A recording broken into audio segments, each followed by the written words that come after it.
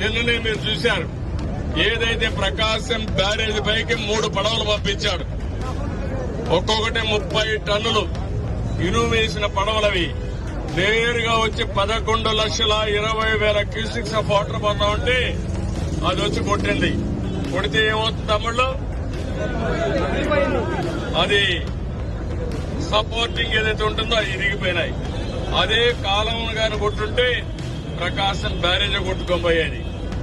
ఎవరిని చూస్తే వైఎస్ఆర్ కాంగ్రెస్ బొమ్మలు వేసుకుని ఆ గుర్తుని కలర్లు వేసుకుని వాళ్లే వచ్చి కొట్టే పరిస్థితికి వచ్చింది. అంటే వీళ్ళకు పడవలుంటే దాన్ని లంగరేసి కట్టేసుకోవాలా లేదా అని మిమ్మల్ని అడుగుతున్నా. అది తప్పవునా కాదా అని మిమ్మల్ని అడుగుతున్నా. వీళ్ళు ఏం చేయాలి తమ్ముళ్ళు? ఇప్పుడు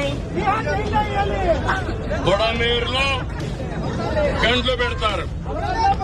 ప్రకాశం బ్యారేజ్ పైన